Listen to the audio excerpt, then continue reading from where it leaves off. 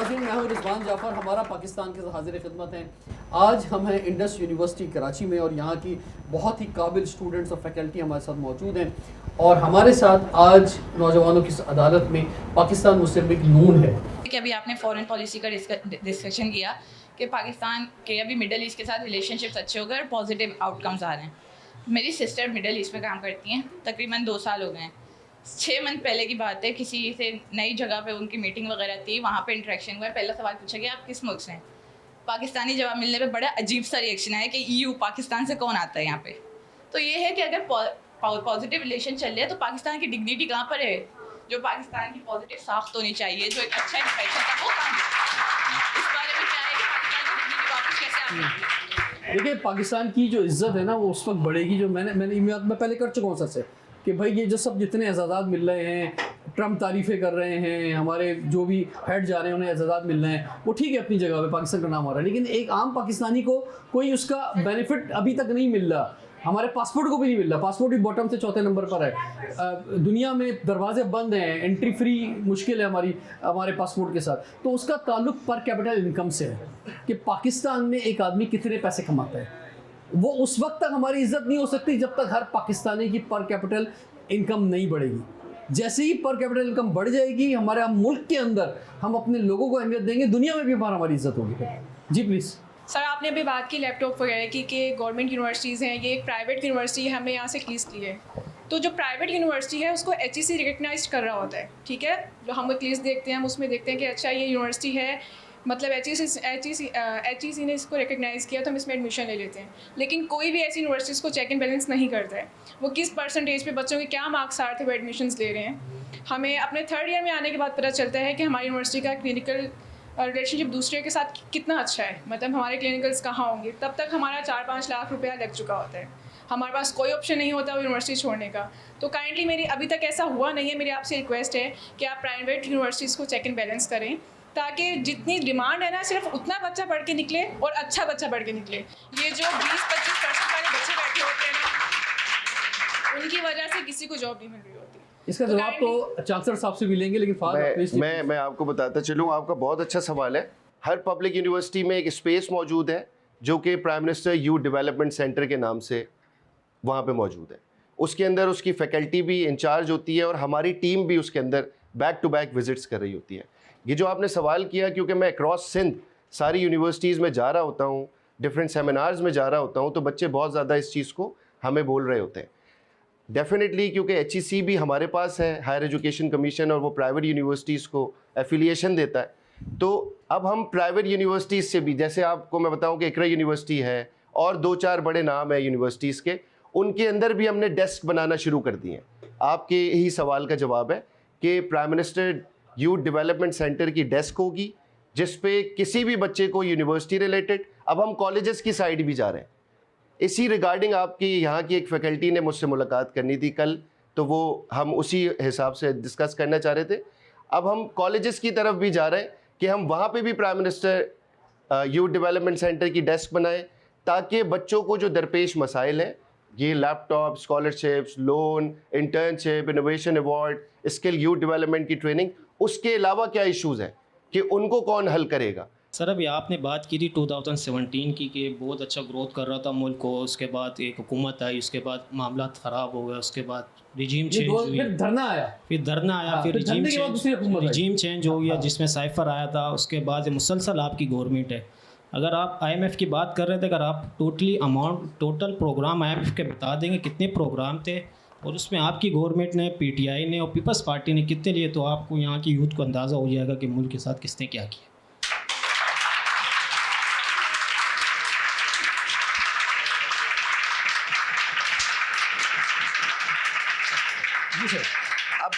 अब बात ये है कि ये जो आप कह रहे हैं ना कि किसने क्या कितना लिया, अब आपका सवाल मेरे ख्याल में जो मैं समझ पाया वो यही है कि किस हुकूमत ने कितने पैसे लोन लिया। जी, मैंने तो आपको कहा था कि 2017 में हम तो IMF को खैरबाद कर चुके थे। फिर उसके बाद मैं आपको एक अर्ज करूँ, मैंने जो बात की आपको कंटिन्यूएशन ऑफ पॉलिसीज़ की, कंटिन्यूएशन ऑफ पॉलिसीज़ को अगर हम उसको आप डिस्कस करना चाहते हैं तो उसको डिस्कस कर लेते हैं। इंतशार को डिस्कस करना चाहते तो हम इंतशार को डिस्कस कर लेते हैं, उससे नुकसान क्या होता है उसको हम डिस्कस कर लेते हैं। हमने किस चीज़ को डिस्कस करना है, हमने आगे बढ़ना है या पहले पीछे के उसको बैकलॉग को ख़राब करना है, नंबर 1। नंबर टू हमने आगे का रास्ता देखना है और अपनी इस वक्त की पोजीशन को देख करके उससे फ़ायदा उठाना है कि चाइनीज़ इन्वेस्टमेंट भी आ रही है, रशियन इन्वेस्टमेंट भी आ रही है और अमेरिकन इन्वेस्टमेंट भी आ रही है, मिडल ईस्ट से भी इनकम इन्वेस्टमेंट आ रही है। हमने उसी तरह आगे बढ़ना है। हमारे पास बेतहाशा लिथियम और सोने के ज़खायर मौजूद है, उसको हम कैपिटलाइज नहीं कर पा रहे, हमारे किसी काम के नहीं है। लेकिन अगर हम उसको एक्सप्लॉइट कर सके, पहले भी आप देखें ना रेकोडिक में क्या हुआ, मैं चूँकि उस वक्त सरकारी नौकरी का हिस्सा था, उस वक्त हमें भी बड़ी जज्बाती बातें लगती थी कि ये बड़ा ज़्यादती हुई। लेकिन आज मैं बैठ के देखता हूँ कि अगर वो ना होता तो आज पाकिस्तान का रेकोडिक की ये पोजीशन ना होती। देखिए ना, सो मोटो लिया कोर्ट ने जो भी किया, उस वक्त तो हम सारे के सारे एज अ पाकिस्तानी हम कह रहे थे कि ये तो ख़राब हुआ था। लेकिन आज क्या सोचते हैं, हम 15 साल पीछे चले गए। हमने इंटरनेशनल कोर्ट में पैसे भरे, उसके बाद ख़राब ही हुए। बात यह है कि जो हमारी चीज़ें हैं वो उनको मैं समझता हूँ, मैं जो मेरा ओपिनियन है, मैं जिस तरह स्टूडेंट पॉलिटिक्स की मैंने बात की, हालांकि ये बिल्कुल मेरा, लेकिन मैंने नहीं किया और मेरे साथ जितने भी थे वो सारे के सारे एग्जाम्पल्स हैं जो पॉलिटिक्स में नहीं थे। मेरे ठीक है सर, आपकी बात है जी प्लीज़। आपकी गवर्नमेंट ने करप्शन के लिए क्या किया, करप्शन किस तरह ख़त्म कर सकते हैं? अच्छा, सवाल बहुत अच्छा है और देखिए हम IMF की बहुत बात कर रहे हैं आज के प्रोग्राम में, तो IMF ने ही हमें बता दिया है कि कितनी करप्शन हो रही है पाकिस्तान में। क्योंकि सर मैंने ये देखा है कि पंजाब में, लाहौर में हर डिपार्टमेंट के ऊपर एक डिपार्टमेंट बिठाया हुआ है कि वो मॉनिटर कर रहा है उस डिपार्टमेंट को, चाहे करप्शन हो चाहे कुछ भी हो। बट सिंध में क्या हो रहा है, कराची में क्या हो रहा है? कराची में कुछ भी नहीं हो रहा। कराची में सिर्फ करप्शन हो रही है। कराची में आप खुद कराची में रहते हैं, आपको पता होगा। अच्छा भाई, अगर कराची में कुछ नहीं हो रहा, अच्छा करप्शन हो रही है। अच्छा, थोड़ा सा मैं आपको, रोड खराब है, गैस आती नहीं है, गटर के ढक्कन नहीं है, और क्या क्या मैं आपको बताऊं। आप यार ये देखिए, आप कराची के मसलों पे आएंगे ना तो इस सबके दुख भरे आंसुओं के साथ लोग फिर बात करने लग जाएंगे। देखिए, आप लोगों ने जब बात ही शुरू की तो हम शुरू हो गए फेडरल गवर्नमेंट के रोल के ऊपर। अब मैं आता हूँ आपको कि मुस्लिम लीग नवाज की हुकूमत है, प्रोविंशियल गवर्नमेंट है पंजाब में, उसका एक मेहरबानी करे एक प्रोग्राम देख ले, सुथरा पंजाब, एक सुथरा पंजाब, पूरा पंजाब। अच्छा, फिर उसके बाद किस तरह उसकी मॉनिटरिंग हो रही है, किस तरह उसमें चीज़ें जो है वो बेहतर हो रही हैं। फिर उसके बाद कोई भी सेक्टर ले ले, मैं तो उसका जवाब दूँ। 18वीं अमेंडमेंट के बाद, 18th अमेंडमेंट के बाद जो पैसे होते हैं वो प्रोविंस को मिलते हैं। कराची में मैं भी रहता हूँ, हम वो बदनसीब लोग हैं जिनको यहाँ पे पीने का पानी भी नहीं मिलता। कराची वो शहर है जिसके लिए हम कहते हैं कि पाकिस्तान का इकॉनमी का हब है, हब है इकॉनमी का। वहाँ के लोगों को पानी नहीं मिलता पीने, और पानी का असल दर्द तो गरीब आदमी जानता है। अमीर आदमी तो फिर भी टैंकर डलवा लेगा, गरीब आदमी कहाँ से पानी लाएगा अपने खर्चे में? देखो ना, अच्छा मैं ऐसे, आप लोगों में से कोई है जो बल्दिया से ताल्लुक़ रखता हो? बल्दिया से है कोई? वहाँ पे पानी 2 महीने के बाद आता है और वहाँ पे सारे गरीब लोग रहते हैं, सारे गरीब लोग रहते हैं। मैं थोड़ी सी, अच्छा, वहाँ पे पंजाब में इलेक्ट्रिक बसों का रवाज, मियाँ वाली जैसे छोटे से शहर में, यहाँ पर इलेक्ट्रिक बसों का हमने देखा है।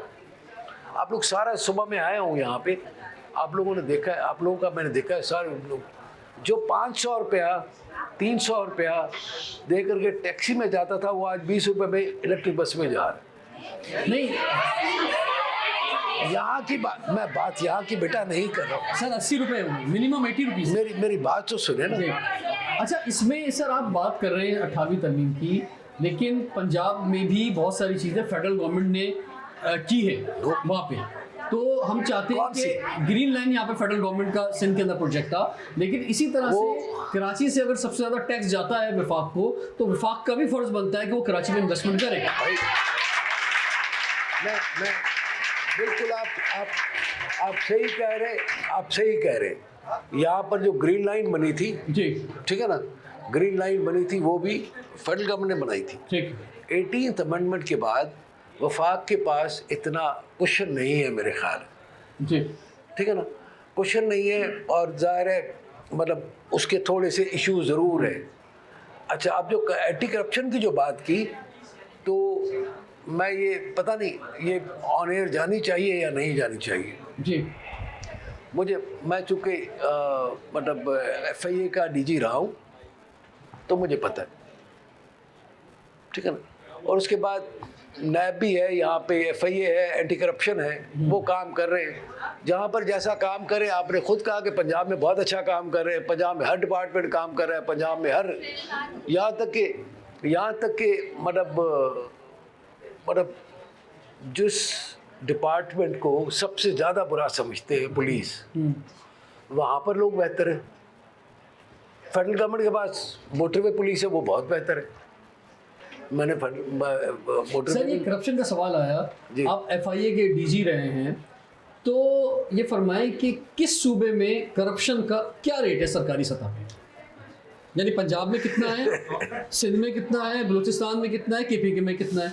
अमूमन लोग समझते हैं कि बलूचिस्तान में 100% करप्शन हो जाती है, 100 रुपये आए 100 रुपये जेब में चले गए। सिंध में जो है वो 60% है, 60 रुपये जेब में 40 रुपये लग गए। 60% नहीं बढ़ा रहे, नहीं। अच्छा, KPK में जो है वो 40%, 60% लग गए, 40% करप्शन। पंजाब में शायद थोड़ा और कम हो गया। तो आप क्योंकि अथॉरिटी रहे हैं, FIA के DG रहे हैं, तो किस सूबे में कितना करप्शन होती है? भाई अभी मैं सियासतदान हूँ। अच्छा। सुने अच्छा बच्चों मेरी बात तो सुन लो मेरा बेटा। भाई ये ऑफ द रिकॉर्ड, ये माइक जरा बंद करें, कैमरा बंद करें, मैं आपको बता दूं। बस सर माइक बंद हो गया भैया, बताएं, कैमरे बंद हो गए। नहीं, बाद में बताऊंगा।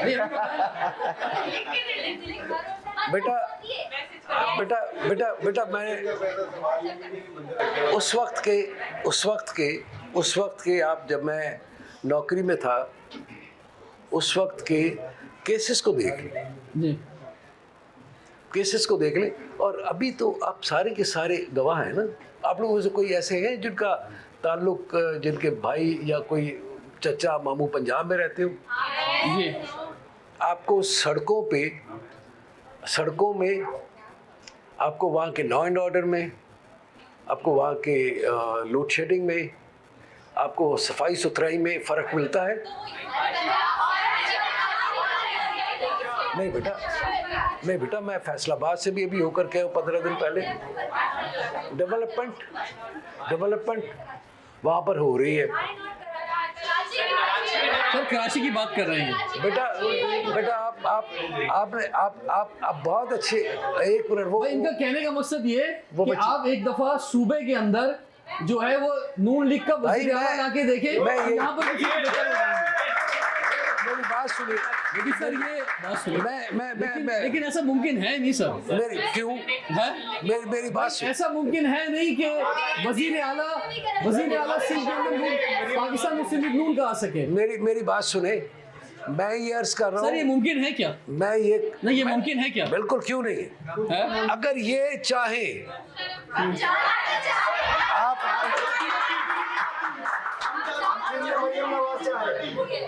बेटा मेरी बात सुनो। मैंने आप लोगों से, अच्छा हाथ उठाओ, कितने लोग चाहते हैं कि तरक्की हो सिंध में?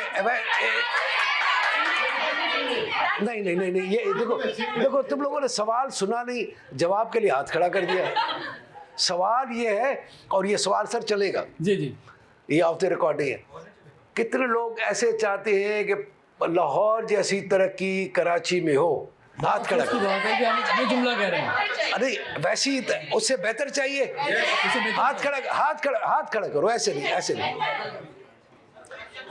तो भाई उसका उसका एक ही हल है,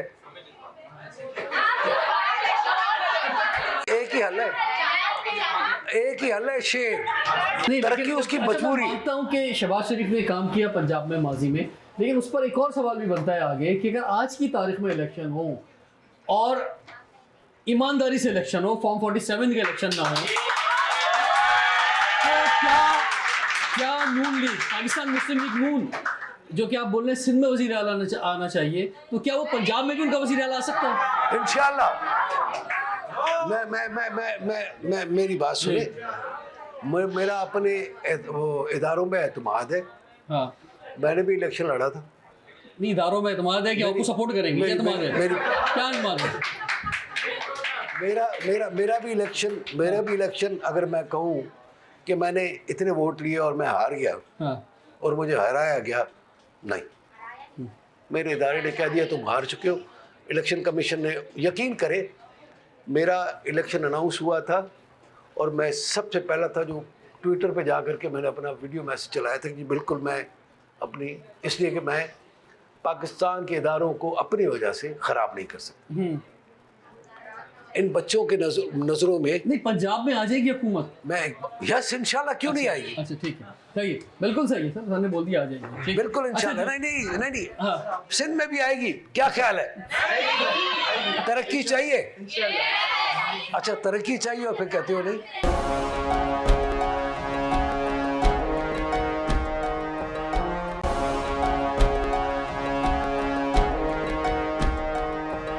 अगर हमें यहाँ भी तरक्की चाहिए तो हम आपकी हुकूमत यहाँ लाएं। फिर बात वही आती है कि आप लोग हमसे वोट ले लेते हैं, देन आप लोगों का नामो निशान यहाँ से चला जाता है।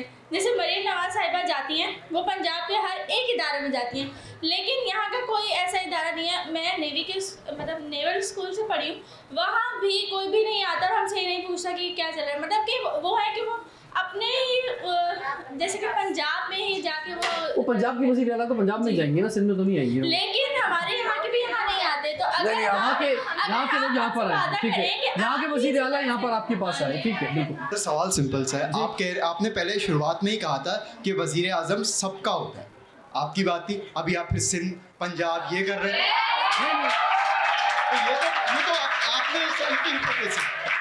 देखिए, वो एडमिनिस्ट्रेटिव प्रॉब्लम्स बता रहे हैं 18वीं तरमीम के बाद, नहीं, जिसका जो राइट बनता है, जो जिस तरह से उसे काम करना चाहिए, वो एक तरीका बता रहे हैं। जी जी,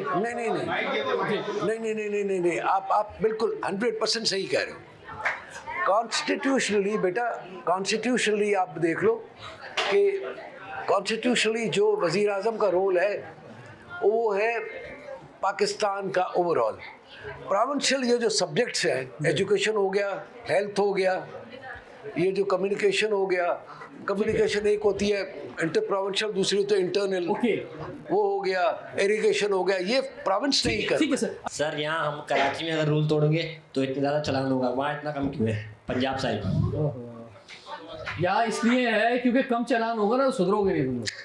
रूल उन्होंने भी तोड़ा है, रूल हमने भी तोड़ा है सर। सुधारना चाहती है गवर्नमेंट, रूल उन्होंने भी तोड़ा है, रूल हमने भी तोड़ा है। लेकिन मैं आपको एक बात बता दूं, मैंने पिछले हफ्ते मेरा प्रोग्राम DIG ट्रैफिक के साथ हुआ था, उनसे मैंने बात की कि भाई आप ज़्यादा चालान लगा के जो है वो आवाम को सुधारना चाहते हैं, तो मैंने उन्हें फिगर दिए कि एक दिन में कराची में 125 बाइक चोरी होती हैं या छिनती हैं, ठीक है, और कराची में 107 थाने, यानी इसका मतलब ये होगा कि हर थाने की हदूद में कम से कम एक बाइक रोजाना चोरी हो रही है। तो अगर आप आवाम को सुधारना चाहते हैं तो हम भी किसी को सुधारना चाहते हैं सर, वो भी तो हम भी थानों को सुधारना चाहते हैं। तो जब आवाम पे आप ये ई चालान लगा रहे हैं तो थानों पे भी ये चालान लगाएं कि जिस थाने की हदूद से कोई मोटरसाइकिल चोरी होगी या जो है वो छीनी जाएगी तो अगले दिन SHO नई मोटरसाइकिल लगा देगा, हम उसमें भी लगाएं, ठीक है।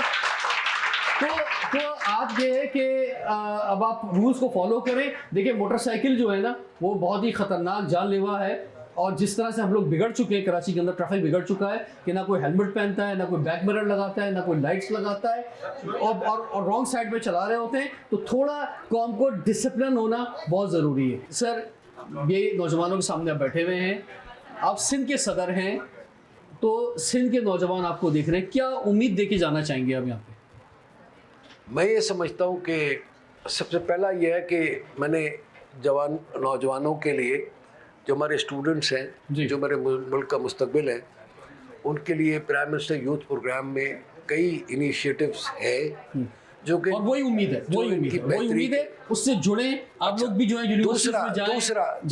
दूसरा थोड़ा सा मेहरबानी करें, पंजाब की गवर्नेंस उसको देख ले, वहाँ पे स्टूडेंट्स को कितना वो हो रहा है। उसके बाद आइंदा आने वाला इलेक्शन ये थोड़ा सा कारकर्दगी की बुनियाद पे होना चाहिए। सर पूरा कारकर्दगी की बुनियाद पे इलेक्शन होना चाहिए, लेकिन इलेक्शन जो है वो फेयर होना चाहिए। इलेक्शन जिसको लोग वोट दे वो वजीर आजम बने, जिसको लोग वोट दे वो वजीर आला बने। मैं ये कहता हूँ। चलो ठीक है सर जी। फाज शफीक साहब, आप क्या उम्मीद देके जाना चाहिए? देखिए, सबसे पहले तो मैं आपसे ये रिक्वेस्ट करूंगा कि आप किसी का सवाल नहीं काटेंगे। ये मेरे शहर के नौजवान और इनका ये हक है कि ये हम पॉलिटिशियन से, हुकूमत से सवाल करें और हमारा ये फ़र्ज़ है कि हम इनको सेटिस्फाई करें।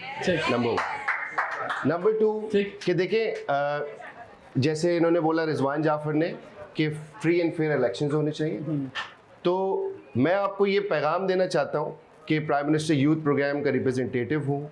इंशाल्लाह ताला हम अनकरीब आपकी यूनिवर्सिटी में भी एक डेस्क बनाने जा रहे हैं, खालिद साहब प्लीज़, जिसके मेंबर्स आप खुद भी बने और लोगों को उस चीज़ को लेके और ज़्यादा डेफिनेटली करेंगे। आपके लिए job opportunities, scholarships, loan, everything, it's our responsibility. हम आपके साथ हैं और आपको हमारा साथ देना ज़रूरी है, नंबर 1। नंबर 2 कि देखिए, आप सब पढ़े लिखे ख़ानदान से, आपके माँ बाप पढ़े लिखे, आप पढ़े लिखे, अच्छे घरानों से हमारा ताल्लुक़ है। तो अब हम ये अहद कर लें कि अगला इलेक्शन जो आएगा तो हम कारकर्दगी पे वोट देंगे इंशाल्लाह ताला। 10 दफ़ा आप वोट देंगे तो मुस्लिम लीग नून जीत के निकल के आएगी इंशाल्लाह। और आज ज़बरदस्त बात जो है वो पाकिस्तान मुस्लिम लीग नून की जानिब से सिंध के नौजवानों के लिए आपकी जानिब से आई, और क्या क्या अपॉर्चुनिटीज़ जो है प्राइम मिनिस्टर दे रहे हैं, इस पर आपने इज़हार ख्याल किया। हम प्रोग्राम के आखिर में इंडस यूनिवर्सिटी के चांसलर मुमताज़ माहिर कानून जनाब खालिद अमीन साहब से रिक्वेस्ट करेंगे कि वो तशरीफ़ लाएँ और ये जो आज बात हुई है इस पर अपना कंक्लूजन पेश करें।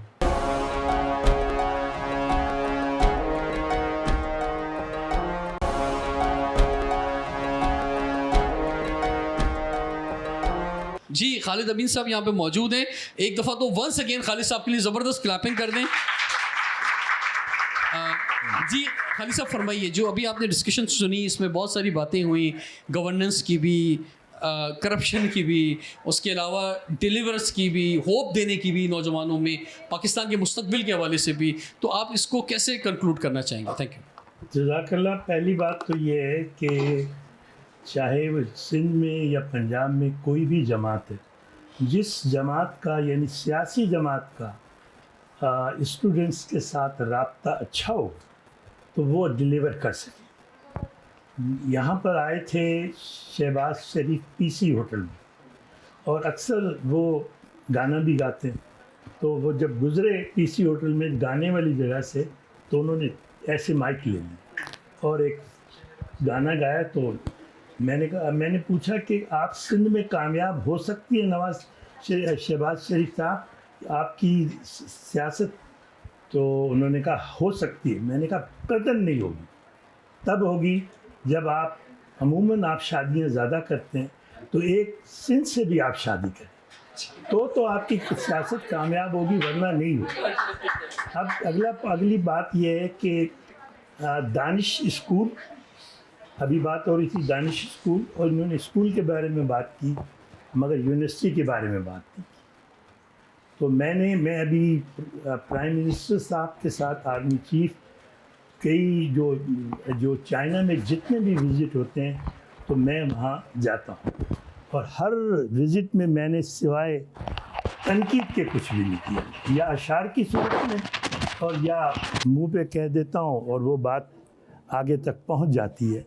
तो अभी मुझे मिली थी आईटी मिनिस्टर, अभी जो पिछले महीने, जी हाँ, तो मैंने उनसे ये कहा कि आप दानिश स्कूल, और उन्होंने मुझसे कहा कि हम दानिश यूनिवर्सिटी बनाना चाहते हैं। ये 4-5 दिन पहले टीवी पर भी आया।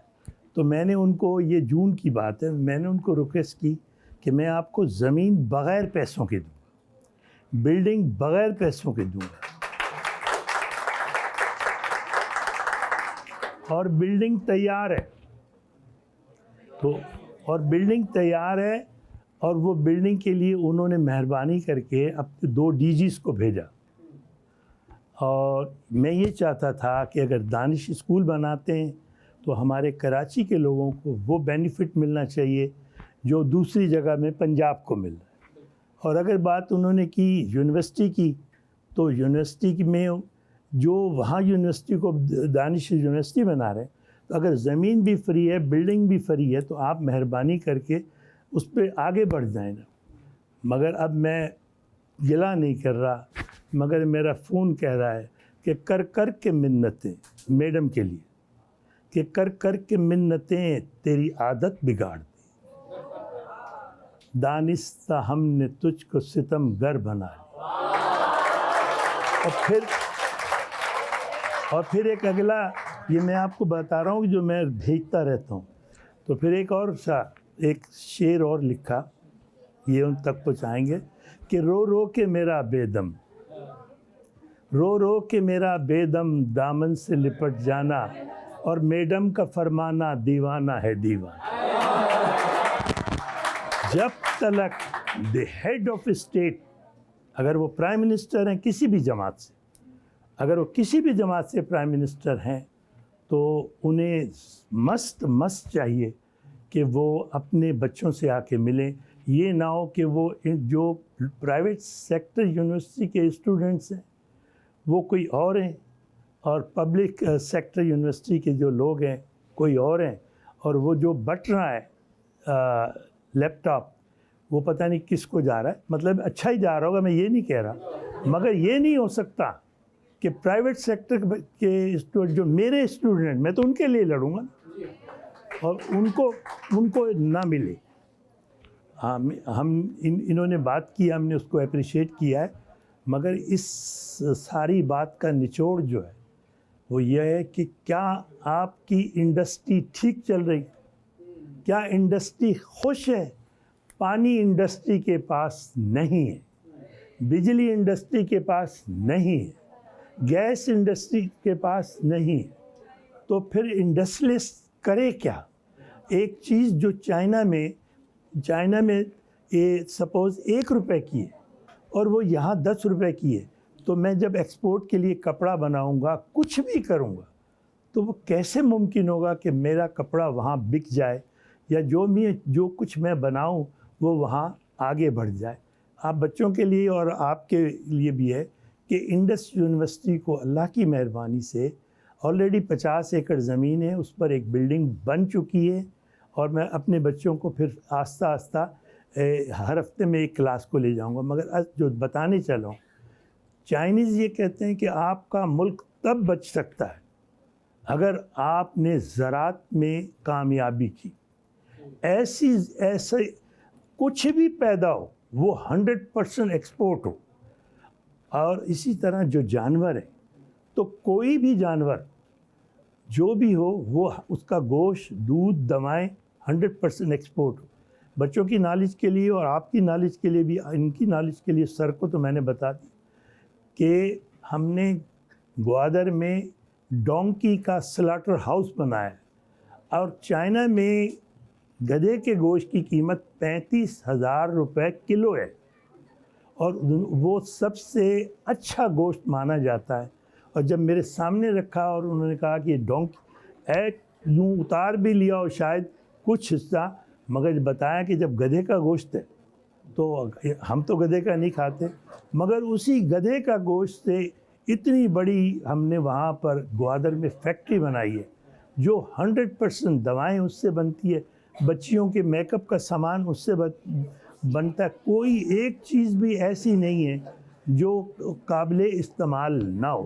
तो ये अब जब तक नई टेक्नोलॉजी, एक तो टेक्नोलॉजी जो आ गई है, अगर वो आ गई है तो कितना इंटरेस्ट है जो इनके और इनके अंदर तलाश किया गया, जो इनके पास है। सबको मालूम है कि अगर वो पीपल पार्टी है तो उसने अपना कुछ किया हुआ है, अगर वो नवाज़ शरीफ है उन्होंने अपना, उसको खंगाल के तो देखो, नेट पे जाके तो देखो वो ना तलाश करें जिसकी ज़रूरत ज़्यादा नहीं है, वो तलाश करें जिसकी ज़रूरत ज़्यादा है। आप इनके करीब आएंगे पार्टियों के, ये तो आपको कोई सर पे बिठाएगा, कोई हाथ चूमेगा, क्योंकि वोट की तो हर एक को ज़रूरत है। तो आप इनसे फ़ायदा उठाएं, ये नहीं कि खोल के ही ना देखें। तो मैं इन्हीं अल्फाज के साथ आप सबका शुक्रिया अदा करता हूँ। चलें, बहुत शुक्रिया, थैंक यू वेरी मच। तमाम शुक्रगुजार हूँ जो किसी पार्टी के साथ भी हैं। जी, तमाम हम सब पाकिस्तानी हैं।